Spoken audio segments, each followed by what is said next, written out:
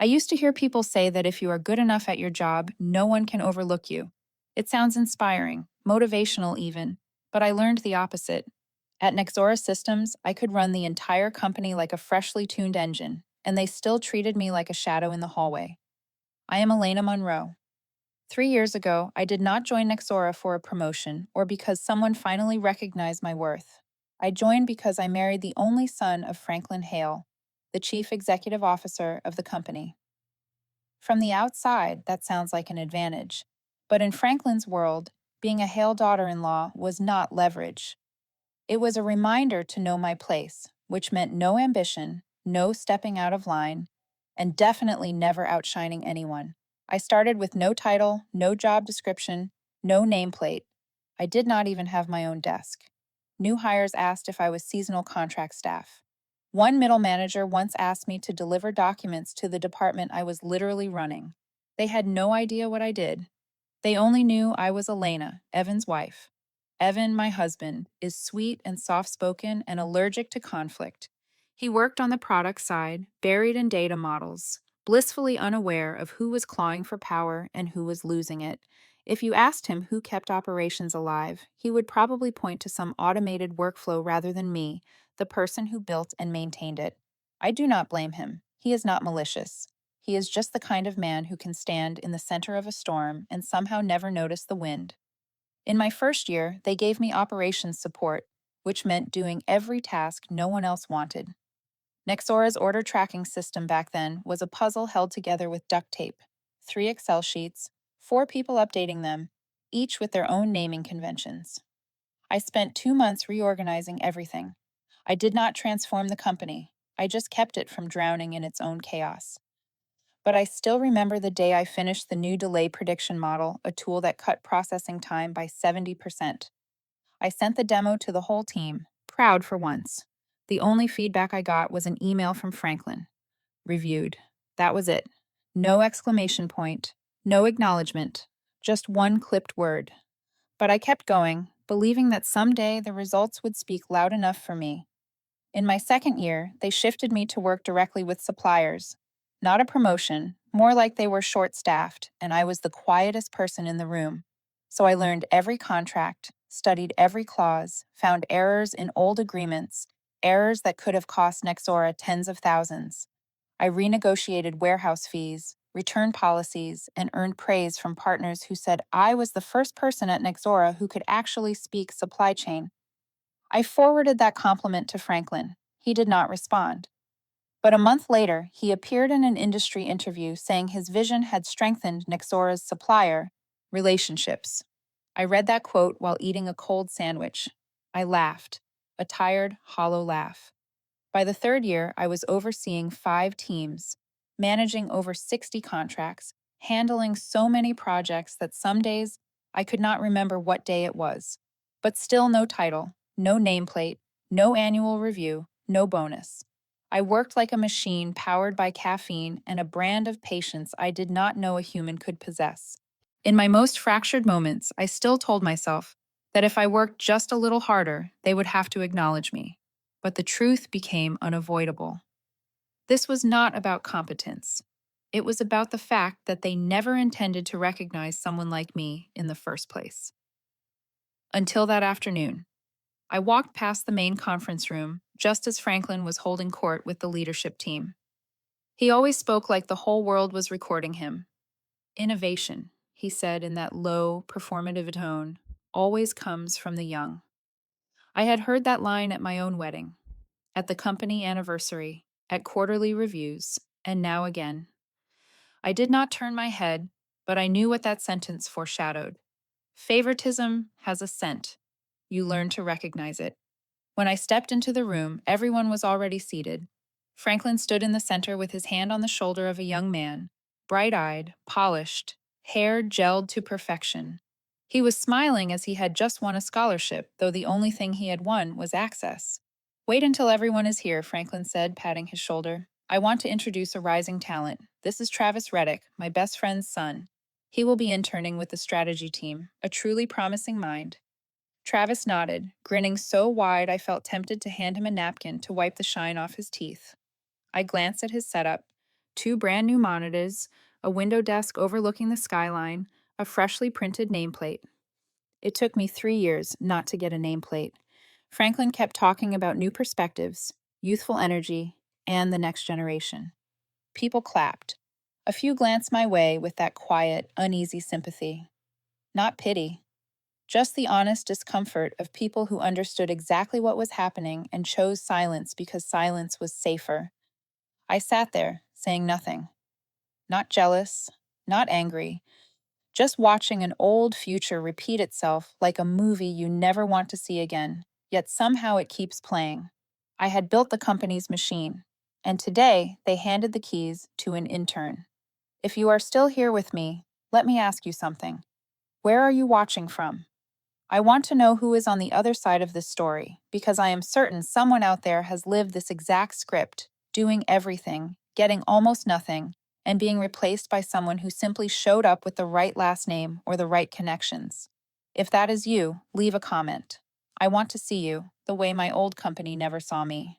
Closing a major deal should at least earn you a moment where someone remembers your name, especially when it is the kind of deal the chief executive officer once called out of reach. But at Nexora Systems, I learned that some things you do well will still be treated as if they happened on their own. This client was not easy. They were a tech retail chain in Denver, famous for shifting deadlines and painfully strict communication. At first, Franklin, our chief executive officer, scheduled the meetings himself. But less than 10 minutes in, he quietly handed everything to me, saying they needed someone more flexible, which, stripped of its politeness, meant you handle it. I want no part in this, so I handled it. 7 straight weeks of every absurd call imaginable, from 10 at night on a Sunday to 6 in the morning on a Tuesday. They changed their requirements 3 times, adjusted their KPIs 4 times, and asked me to rewrite the entire delivery schedule to make it more visual. I did not complain.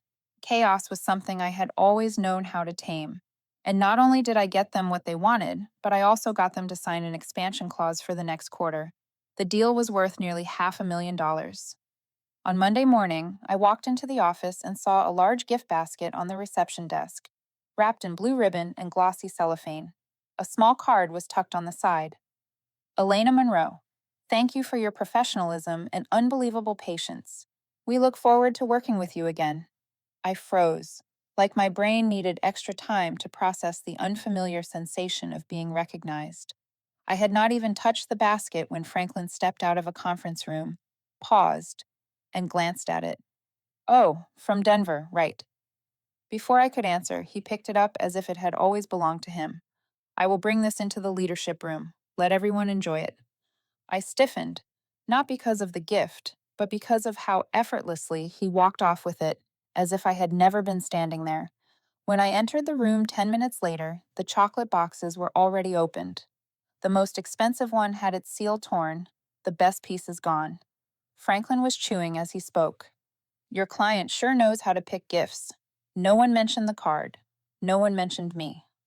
That afternoon, Franklin sent out a 600-word internal announcement celebrating the successful deal. The email praised strategic vision, teamwork, and effective leadership. I scrolled down, waiting to see a familiar name. There was nothing. The person who untangled every knot in that contract had vanished again, another ghost at a celebration I had built from the ground up. However, what truly chilled me was something else entirely.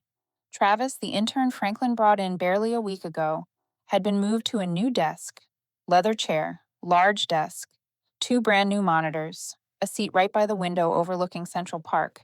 I even heard a few gasps from the finance team. Wow. Sitting. Here must double your productivity. I was still in the same corner, next to a fake plant and a fan that rattled. Still using the laptop I had bought with my own money because the information technology department said there was no budget to upgrade equipment for operations. I did not resent Travis. He was just a pawn. But the contrast was impossible to ignore.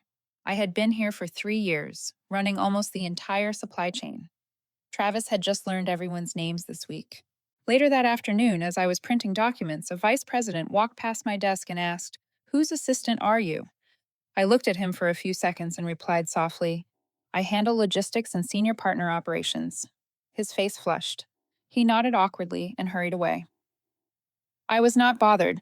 Misidentification had become routine. That night, I began saving things I had never thought I would need. I created a new folder on my personal laptop and named it Receipts, meaning evidence. I stored every email I sent, every contract I drafted, every amended clause. Every internal note could later be twisted into something else, not to retaliate, but to remind myself that I existed, that I was the one who built these things. Working in silence long enough makes you doubt your own existence. You start thinking maybe you imagined everything, maybe you have not done anything meaningful. But those files, those messages, those clauses with my fingerprints on them, they were proof. Proof that I was here. Proof that I did not back down. From my corner desk, I glanced at Travis. He was asking someone how to open a datasheet, eyes fixed on two giant monitors, looking like he was operating the National Space Agency. The afternoon sun hit the collar of his shirt, still perfectly creased, the sign of someone who had never washed an office shirt himself. I turned back to my screen, saved another contract into the receipts folder, and named it North Flow Quarter 4 Clauses Final by EM. I would remember that name, and maybe, sooner than anyone expected, it would be the first link that pulled the entire system into the light. They did not see me, but I saw everything. They renamed my idea, slapped Comic Sans across the title, and called it innovation. I called it selective theft, sugar-coated with conferences and slide decks. That Wednesday, Franklin scheduled an internal meeting with department heads. The description on the calendar said sharing the strategic direction for the next quarter. I did not have a good feeling. When Franklin used the phrase strategic direction, it usually meant he had just met someone richer than him at a white wine lunch. The meeting took place in the Phoenix Room, the largest room on the ninth floor, used only for fireworks announcements, the kind he believed would make people clap for his vision. I arrived on time, early enough to sit where I could see everything, yet far enough not to be called on for a spontaneous speech. Franklin walked in wearing a perfectly pressed suit, smiling as if he had secured fresh funding. Behind him was Travis, the full-time intern who understood the job part-time. Franklin got straight to the point. He projected the first slide onto the screen with a massive title, Project Elevate, the future of logistics at Nexora. Blue background, Comic Sans font. I froze for a second, not because of the font, but because of the content. Every sentence, every bullet point, every workflow diagram mirrored 90% of the plan I had drafted during my lonely weekends, while the rest of the team had gone home early on Friday. No one knew I stayed behind, rewriting lines of code, testing every data flow, building a mock tracking system on Google Sheets for one of our key clients. I had named that idea Nexus Track. It was my big move, the one I planned to present at the end of the quarter when the metrics were ready and the prototype stable. I had not told a soul. It lived only in a private folder titled Backup in case life betrays you. Franklin did not wait. He did not need to understand the system. All he needed was the draft, a new name, and a few buzzwords like strategic and groundbreaking. Then hand everything to Travis. And leading Project Elevate, I am proud to introduce Travis, a young talent with a fresh perspective. Polite, awkward claps filled the room. I looked around. A few people clapped to avoid tension. Others glanced at me and immediately looked away. No one asked, Elena, do you have thoughts on this? I did not stand. I did not sigh. I simply nodded once and opened my laptop under the table. I sent an email to myself. Start date. Project Elevate. Phase 1. Observation. After the meeting, I went back to my desk, opened the Nexus Track folder, and began breaking the data into smaller pieces. I backed up everything: operational workflows, supplier maps, exclusive contract clauses, transition plans. Each file is saved with simple encryption, one copy on an external drive, one on a personal server. I was no longer the person whose name disappeared from emails. I was the person with the evidence. Travis walked by my desk at 4 in the afternoon. He tapped the edge of my table like we had been close colleagues for years. Hey, Elena, do you know who I should ask for supplier system access? I still cannot find the login for the dashboard. I looked at him, keeping a polite smile. You can try asking the information technology team. They need to verify your role before granting access. But I am the lead for Elevate, he said, half proud and half uncertain. All the more reason to verify. It is a big project. He nodded and stumbled away. That evening, I sat in the coffee shop below the building. Cold coffee. Opened the laptop. I reread the contract with Northbridge, our largest logistics partner. In clause 7.2, there was a line I had written myself. Official and sole point of contact. Elena Moreno. Any change of role requires written notice, confirmation from both parties, and a minimum transition period of 30 days. I remembered negotiating that clause. The attorney asked, "Are you sure? This is highly personalized." I just smiled. Sometimes you need your name in places that cannot be erased. I was not the type to grab a microphone in a crowded room and shout, "I am the real author." I did not have time to be the loud victim. I chose to be the quiet constant, and the irreplaceable one. A colleague walked past the cafe window and did not notice me. Through the glass, I saw faces that used to smile at me now, staying silent, because they knew what was happening and chose not to intervene. I did not blame them. Not anymore, because this time I was ready, and I had no intention of letting them erase me as easily as they had before. I watched the last lights of the day reflect across the cold stone table, took a sip of my stale coffee, and whispered to myself, "You can name the project whatever you want, but when it collapses, do not ask why the bolts knew how to pull themselves out." I do not need to shout to be heard. I only need to step back so they can see who has been running everything.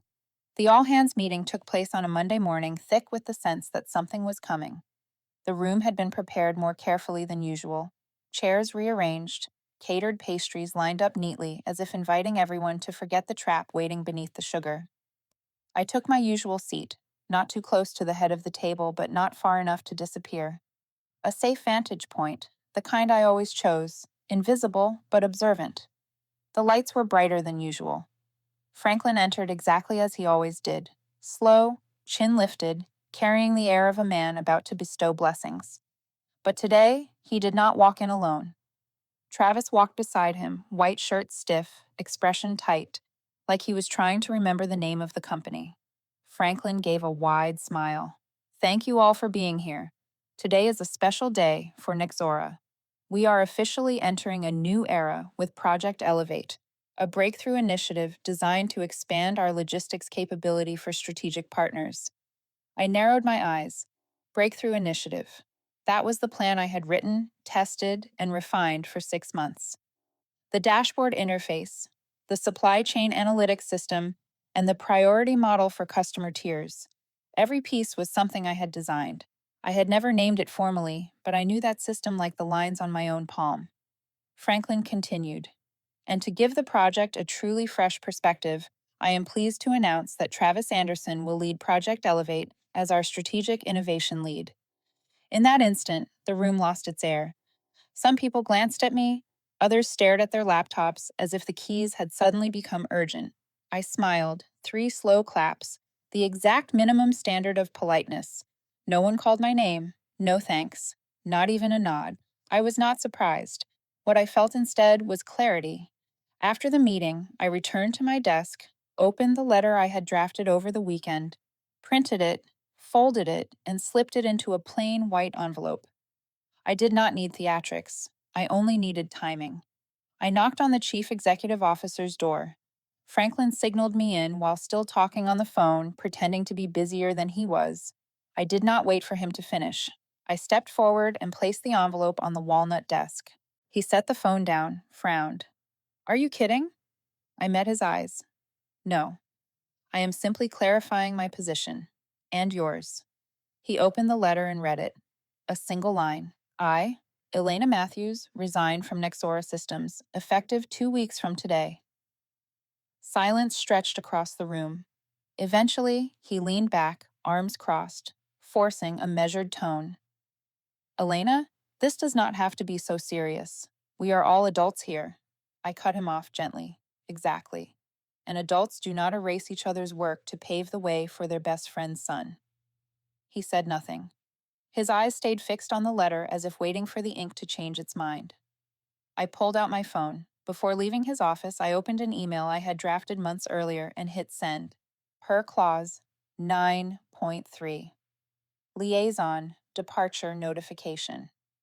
In our vendor management system, there was a clause I had quietly inserted last year when renegotiating with our most critical supplier, Cardinex Logistics. Under that clause, only the designated representative named explicitly in the contract could handle requests, complaints, and operational coordination. That representative was me. Want to change it? They needed written approval from Cardinex and a transition notice of 30 days. I walked out of the office. No one looked at me, but I knew some people had been listening. I did not need applause. I left the board without knocking over a single piece.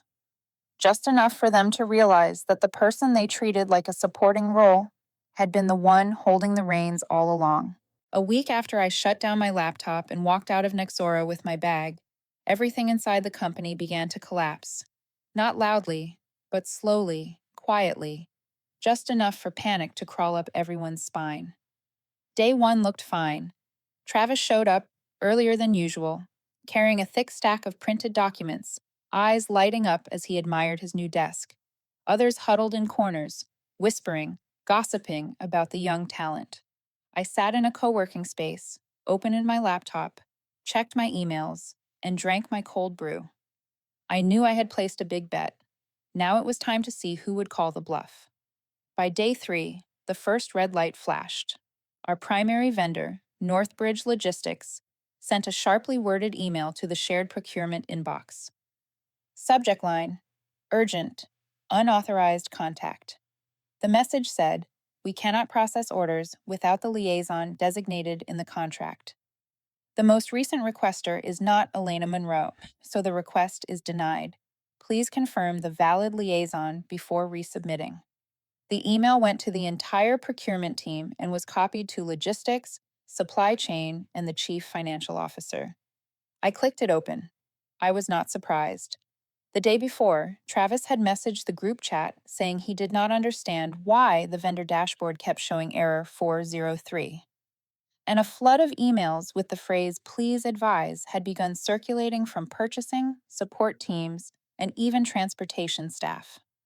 Externally, the company tried to soothe the situation. An internal announcement went out. Due to recent leadership transitions, Project Elevate is undergoing a restart process. All new orders are temporarily paused until the system stabilizes. But that announcement did not go to the suppliers. It went to customers. And one of those customers replied, copied the executive team, and said, "We cannot wait any longer. We are moving to another partner." By day 5, the logistics floor was filled with ringing phones, raised voices, frantic typing, and the kind of exhausted sighs you hear only in crisis. At first, it were minor complaints. Then it shifted into slow-burning anger. Customers calling, vendors refusing requests, the Midwest branch unable to deliver shipments, inventory piling up, missed orders. A full domino chain. A former colleague, someone I once helped rebuild KPIs for, messaged me privately. "Elena, we are done. Project Elevate under Travis has no idea what is happening. They have called us 5 times this morning just to ask, when is the shipment arriving?" I did not reply. I sat there watching the glow of my laptop, remembering every line of code, every Excel macro, every late night meeting. All of it time-stamped, documented with my name on it. So I did not panic. I knew most of their problems came from one missing element, a liaison. And that name, Elena Monroe, was now somewhere else. In the middle of the chaos, an internal memo was issued to all management. Temporarily suspend all logistics operations for Tier 1 customers until the vendor system, including tracking, approvals, and contracts, is fully reviewed. An older employee in the supply chain sighed. "Maybe we should hire Elena back." Someone else shook his head. "Are you kidding? She is gone." I took a sip of my coffee. Life can be like a startup pushing a bug straight to production. They laugh at pretty slides, catchy buzzwords, and the philosophy of innovation. Then, when the bug crashes the server, they finally understand that clean code still beats empty slogans. Turns out you cannot replace me with LinkedIn quotes and cologne. Later that evening, sitting in the quiet co-working space, I received a call from an unknown number. I stayed silent and listened. A trembling voice, sounding a lot like my former procurement manager, said, "Elena, we are collapsing. They cannot restart the vendor system. Everything is locked. We only have you left." I ended the call. I knew they were afraid, not because they lost the chief executive officer's daughter-in-law, but because they lost the person who knew every corner of the machine. I did not want more trouble. The moment I handed in my resignation letter and walked out of the chief executive officer's office, I had placed my bet. That white envelope had been a silent explosion. No yelling, no accusations, just the right departure at the right time. I held my coffee cup, looked at the dark screen, and allowed myself a quiet, serious smile. I did not need them to know. I only needed them to understand. When the system fails, when vendors halt operations, when customers walk away, when the company thrashes like a fish on dry land, they will realize that the invisible one was the one holding everything together. The machine had stopped, and I stood outside the glass, watching the broken gears, the stalled trucks, the panicked employees, and I did not step back in. When an empire starts to burn, people do not call the firefighters first. They call the person who built it. And that afternoon, as the Austin sunlight shifted into a copper glow, my phone vibrated. Not an unknown number, not spam. It was Franklin. I stared at the screen for a few seconds, set down my cold brew, wiped my hands on my jeans, and answered. I did not need to guess why he was calling. This was not a wellness check. "Elena." Franklin's voice came through, trying to sound steady but rough, like someone who had spent the entire day shouting in a boardroom. "I hope you have a few minutes." "Depends on the content," I said. Not harsh, not soft, just neutral. The kind of voice no one at Nexora had ever heard from me, because I had always been the one who had to prove myself. He inhaled slowly, then began with the sentence every American chief executive officer uses when trying to convince someone to return to a battlefield. "We are all adults here, right? And it seems you may have heard already. Project Elevate is running into a few obstacles. A few." I raised an eyebrow even though he could not see it. "From what I have heard, vendors are refusing deliveries, customers are delaying orders, the system is locked, contact authorization is blocked, and internal teams are in chaos. I think that number goes beyond a few." He let out a bitter laugh, the kind a man gives when he realizes he bet on the wrong player in a very expensive game. "Elena, let me be direct. I need you. Just temporarily. Help us bring the system back on track. After that, everything can return to its place. You know Elevate better than anyone." I leaned back in my chair and looked out the cafe window. The street outside was busy, people walking by without knowing that a single phone call could decide the survival of a company. But I knew. And Franklin knew. "I am not coming back as an employee," I said. "Elena, do not be upset. I am not asking that. I just need your temporary support. In whatever capacity works, as long as you help me save the ship." "Independent consultant," I replied. "If Nexora wants me, that is the only capacity." Silence stretched. I could hear him breathing, then flipping papers as if searching for the right script. But no script meant anything when the building was already shaking. "All right," he said finally. "Send me your rate." I gave a quiet, cool smile. "Triple my previous salary." The line went so still that it was like the air froze. I continued. "And full decision authority over all Tier 1 supply chain vendors. Not partial approval. Full. All vendor communication goes through me or my consulting firm. If anyone else interferes, I stop immediately." I heard Franklin swallow, sharp and audible. Maybe he was calculating the cost. Maybe he was regretting letting me go. Maybe both. "Elena," he said quietly, "you have found your voice again." I leaned forward and spoke softly, letting the truth settle. "I always had a voice, Franklin. You just talked over it every time I tried to speak." It was not spite, not anger, just accuracy, finally delivered at the right moment. Franklin exhaled.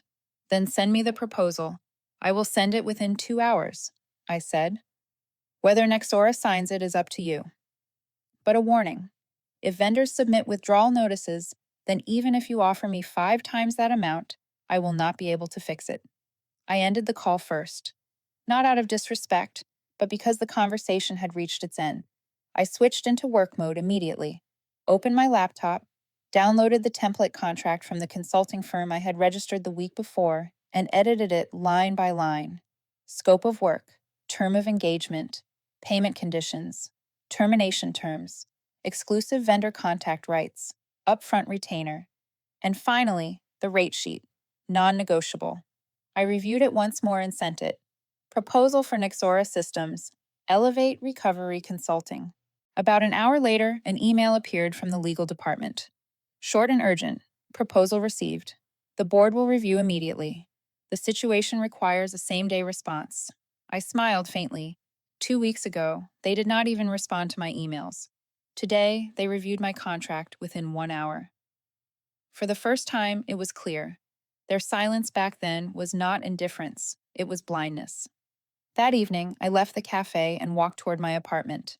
The air was colder, the wind carrying hints of smoke from nearby restaurants preparing dinner. I looked up at the Nexora sign glowing above the city. Tall, bright, immovable. Once, I wanted that name to look at me, just once, with the respect I deserved. But tonight, standing outside, head lifted, I realized I no longer needed it to see me. I had built my own place where my voice carried weight. As I stepped into the elevator of my building, my phone buzzed again. An email from Franklin, not from legal. One line.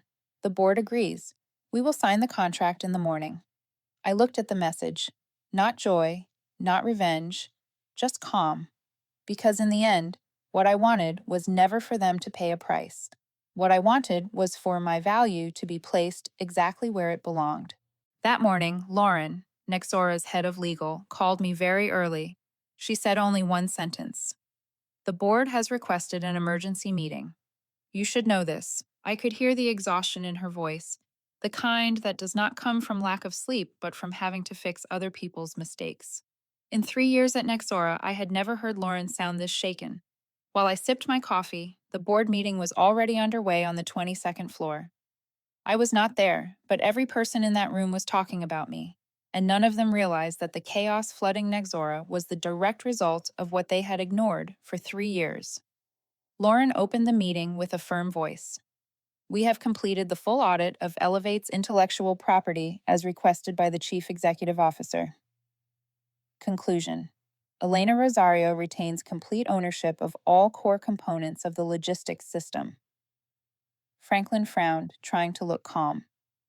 Which components? Lauren projected the slide onto the screen. A long list appeared, each item with my name beside it. All internal operational documentation, the dashboard interface, source code for the demand forecasting tool, the API suite for vendor integration, contract templates, and data transfer protocols. Everything they believed had been built by a team. The truth was simpler. I wrote all of it. No one else in that room even understood the depth of what they were looking at. Lauren pointed at the first line. This is the distribution right to the documentation. Elena is the author, the signatory, and the rights holder. There is no transfer document on file before her resignation. The room went silent. A board member asked, "But the system is already running. How is it her property?" Lauren replied, "Because she produced all of it under an independent consulting framework, and Franklin authorized her to retain intellectual property rights unless the board issued an official revocation. No such document exists." Franklin's face drained of color. I could picture him flipping papers, searching for a clause to save himself, but there was no escape. He had never read the terms, and that clause was mine. Travis finally spoke, his voice trembling while trying to sound useful. Wait, there is no way all of that belongs to Elena. I am the project lead. Lauren cut him off without hesitation. Mr. Travis, you were announced as the lead 3 days after she resigned. The only files you ever edited were presentation slides where you changed the font to Comic Sans. Someone on the board actually laughed. Travis turned red, tried to argue, but no words came out. His eyes darted around the room, searching for support. No one offered any. Lauren continued. We checked the metadata of the entire dashboard. From the first draft to the final deployment, every version was edited by Elena. There is no recorded contribution from you. Travis froze, then dropped his gaze to the table. Franklin looked at him with disappointment, but he knew the blame was not only on the intern. He had placed the wrong person in the worst possible role. Lauren concluded. Nexora is currently operating a system it does not legally own. If the company continues to use it without Elena's explicit approval, Nexora could be sued for intellectual property violation. No one moved. Only the ventilation system hummed steadily, as if it were the only thing still functioning properly. At last, Mason, the oldest and quietest board member, whose words always carried weight, set his pen down and spoke in a low voice. Travis, could you step outside for a moment? No one looked at him as he stood. No one spoke. He packed his laptop quietly, bowed his head, and walked out. The door closed softly, a softness that felt cruel. Lauren turned to Franklin. At this point, the only viable option is to renegotiate with Elena. Every other path leads to severe legal risk. Franklin exhaled, exhausted, defeated, stripped of arrogance. He looked at the documents in front of him as if he had just discovered his own signature on the company's death warrant. He finally spoke, voice thin as breath. We will have to renegotiate with her. And when he said it, leaning back like a man who had lost something precious, the truth was this. What he lost was not the project, not the control. It was the illusion that he could rule a system whose true architect had never been given a seat at the table. In that moment, everyone in the room understood. They had been careless. They had been complacent. They had grown too comfortable dismissing the person who worked silently behind the scenes. They forgot to read the terms. And more importantly, they forgot who wrote them. I knew something was coming the moment I received an email from the address I had worked beside for 3 years. Not from Franklin, not from Travis, but from Nora, the customer care lead I once rescued from a burning contract by rebuilding an entire reporting system a full week ahead of deadline. The subject line was brief. Urgent. Hexport wants you back. I laughed. Not because it was funny, but because I had expected it. When a system collapses, people do not run to the person holding the wheel. They run to the person who built the engine. Hexport was one of our diamond tier clients, contributing nearly 20% of Nexora's quarterly revenue. And it was one of the accounts where I had personally handled the entire logistics pipeline, from delivery systems to KPI frameworks. Their team once gifted me a bottle of whiskey for Thanksgiving with a handwritten note. We are still standing because of you. Now they no longer wanted to stand inside a system that did not have me in it. The meeting with Hexport's leadership took place over Zoom, and it seemed that Raymond, or rather Franklin, had still not recovered from what happened in the boardroom days earlier. He stayed silent through their entire presentation, while I sat there as the appointed point of contact, or more accurately, the deciding factor. We will not continue with Nexora unless Elena is the one directly running operations, their representative stated in a tone that allowed no negotiation. I said nothing. I only nodded. In my mind, one thing was obvious. This was not a discussion, it was a verdict. Franklin blinked. Nora stared down at her desk. Travis was not present, likely busy trying to fix a KPI report he could not understand because I was the one who had created the scoring logic. Hexport continued. Elena now has her own company. We are prepared to move our entire contract to her firm if the transition terms are agreed upon by both sides. And just like that, everything shifted. Within a week, all of Hexport's data, communication chains, and reporting systems were transferred from Nexora to my new company, temporarily named Faro Consulting, though I was considering renaming it the Silent Builder, a name that would sting only those who once underestimated me. Franklin said nothing further. And me. I did not need to return, because I had never truly left. I had only moved positions, from being undervalued to being irreplaceable. After that, a wave of emails started flooding my company's inbox. Not all of the people who had believed in me. Many familiar names, directors who once could not remember my name during meetings, vice presidents whose assistants called me the logistics girl, were now asking to schedule a potential strategic conversation. I did not reply immediately. I began doing what Franklin once called a luxury: curating. The first client I rejected was a startup whose staff once referred to me as that logistics lady. I declined with a simple email. Thank you for your interest. My current schedule does not align with this engagement. They replied with a proposal offering double the fee. I still declined. Before, I worked to prove my value. Now I work because I know it. My company did not yet have a sign, did not have a glossy boardroom, but it had something Nexora no longer possessed: credibility. Vendors I had maintained honest, consistent relationships with began returning to me. Some even volunteered to shift their contracts to Faro Consulting. Working with you is easier, Carmen from North Axis wrote. You understand what a real deadline means. I began rebuilding the system from what I had once created, not for revenge, but to prove something. What I built was never for Nexora. It was because I could, and because I did it when no one else would. 1 month after the system went live again, Hexport sent a performance report. Delivery speed increased by 17%. Operational costs dropped 9%. Customer satisfaction reached its highest level in 5 years. I quietly took a screenshot and emailed it to myself.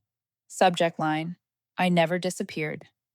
One afternoon, I walked past Nexora's old headquarters. The building looked the same, its glass panels catching the sunset like a startup still clinging to its golden phase. But inside me, there was nothing left unresolved. No anger, no regret. I had reclaimed what was mine: not the desk, not the title, but the recognition from the only person whose approval mattered: myself. I did not go back, but I had returned. No invitation needed, no title required, no permission asked. Because when you are the one who built the engine, you do not need to sit in the driver's seat to know the vehicle is headed the wrong way. If you are still listening, leave a comment. What would you do if your work were stolen? And if you have ever been in my position, tell me how you stood back up. I want to hear your story, and if you have never experienced this, then congratulations. But save this story. You will need it someday. I never imagined I would stand here, in the middle of a hall washed in warm lights, with the soft chime of glasses, polite laughter, and a quiet symphony playing in the background. But I also never imagined that after 3 silent years of work, the day I would be invited onto the red carpet of the logistics industry would feel almost natural. Tonight was the annual gala of the International Logistics Association, a gathering of major companies, investors, and strategic partners. Every year, the committee selects 3 individuals whose work has created significant innovation. When they called me, I thought it was a mistake. It was not. For the first time, someone remembered my name correctly. We would like to invite you as an honored guest. You represent a new generation, those who not only excel technically, but also understand the patience required to build from the shadows. I smiled, not because of the honor, but because someone finally understood that value does not need a title. I chose a simple white suit, no crystals, no dramatic cuts, nothing designed to impress. I did not need to stand out. I only needed to be myself. When I entered the hall, the host was speaking about the growth of the logistics sector over the past year: expansion, supply chain crises, artificial intelligence, and automation. And then, we would like to welcome someone special to the stage, someone who has not only stabilized operations across multiple systems, but has proven that value does not come from where you sit, but from the impact you create. I walked up. Lights hit my eyes, but I did not blink. I saw hundreds of people in the audience. Among them was Franklin. He sat outside the guest of honor section, holding a glass of wine, staring without blinking as I shook hands with the organizers. Even from a distance, I could read that look. No arrogance, not quite regret, something else. A look stripped of the right to judge. I spoke briefly on stage. No shouting, no cheap inspiration. 3 years ago, I believed that if I worked harder, did better, someone would eventually acknowledge me. Now I understand. Sometimes the issue is not your ability, it is where you choose to place it. I did not wait for an opportunity. I created one, and I know many people out there are doing the same every day. Applause filled the room. But what echoed louder was the quiet pat on the shoulder I gave myself. After the recognition, I was invited to the VIP area to sign a strategic partnership contract with Ironstream, once Nexora's largest client. They had stayed silent after I left. No notes, no farewells, nothing. And tonight, they signed again. With my company. Their representative, a sharp middle aged woman, said to me, "We are not signing because of the brand. We are signing because of the results, and only one person has ever delivered that for us. You." I signed. No shaking hands, no trembling heart.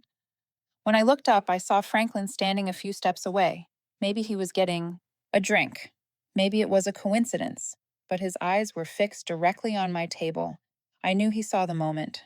I knew he understood that once, long ago, he could have been the one representing that partnership. Now he was not. A member of Nexora's board, Richard, approached and stood beside him. They spoke quietly. I could not hear, but I knew he was speaking about me. Later, I learned exactly what Richard had said. "She is the only one who saved what was left from the chaos. As for you, Franklin, you burned everything with your ego." Franklin did not respond. Maybe he knew there was nothing left to defend. I did not look back. I did not smile at him. I did not shake his hand. Not because I was angry, because I was no longer part of that world. I had walked away from the game, but he was still trying to control. I was playing a different one, a game where I wrote the rules. I raised a glass with my team. 3 people: a young attorney who left a giant corporation to join me, an operations specialist fresh out of school who had been rejected from 5 companies for lack of experience. An administrative assistant was once dismissed as just a receptionist. Now they were the foundation of Faro Consulting. A media outlet approached for a brief interview. They asked, "If you could go back and tell something to Elena, something from 3 years ago, what would you say?" I answered without hesitation. "Do not wait for recognition. Everyone else is too busy trying to shine their own light." As the event wound down, a small group gathered near the cocktail area. I recognized several faces from Nexora, and yes, even Travis stood there. I did not know why he was invited, but I was not surprised. He saw me, took a step forward, then stopped. I looked at him and nodded gently. No resentment, nothing left to say. Everyone chooses their own path. As for me, I chose not to return to the old one. I chose not to be the foundation others stepped on. The gala ended as I walked out of the hall. The lights outside were softer than the stage lights, but far more comforting. I took a deep breath, the air of freedom. Not the physical kind, but the freedom from needing validation. I am Elena Monroe. I was once overlooked, once the fixer in the dark, once the one called just support. And now I am no longer in the shadows.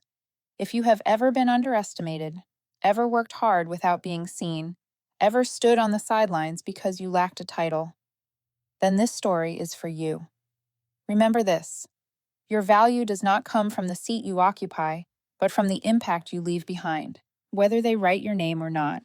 If you want to hear more real stories from real people, people like you and me, who were once dismissed and chose to step into the light, subscribe to the channel. Because sometimes you do not need an invitation to step on stage. You simply step up when you finally know you belong there.